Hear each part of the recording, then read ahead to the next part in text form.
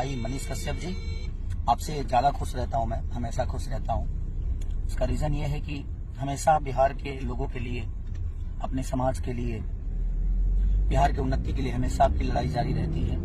रोजगार बेस पे हो, या किसी बेटी की बात हो, या किसी बेटा की बात हो, शिक्षक की बात हो, या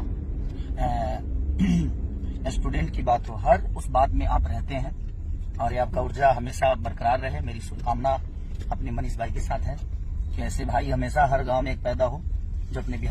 जी हाँ मेरे दोस्तों, आप सबको बता दें कि भोजपुरी के ट्रेंडिंग स्टार खेसारी लाल यादव मनीष कश्यप के सपोर्ट में खड़े उतरे हैं और बोले कि मनीष कश्यप ऐसा काम नहीं कर सकते, मनीष कश्यप निर्दोष है और मनीष कश्यप क्यों ऐसा काम करेंगे, वो तो गरीबों के मसीहा है और गरीबों के हक के लिए लड़ते हैं। हालांकि इस बात से कोई फर्क नहीं पड़ा है बिहार सरकार को, लेकिन आपका क्या राय है कमेंट बॉक्स में ज़रूर बताएं। मिलते हैं तब तक नेक्स्ट वीडियो में, तब तक के लिए जय हिंद जय भारत।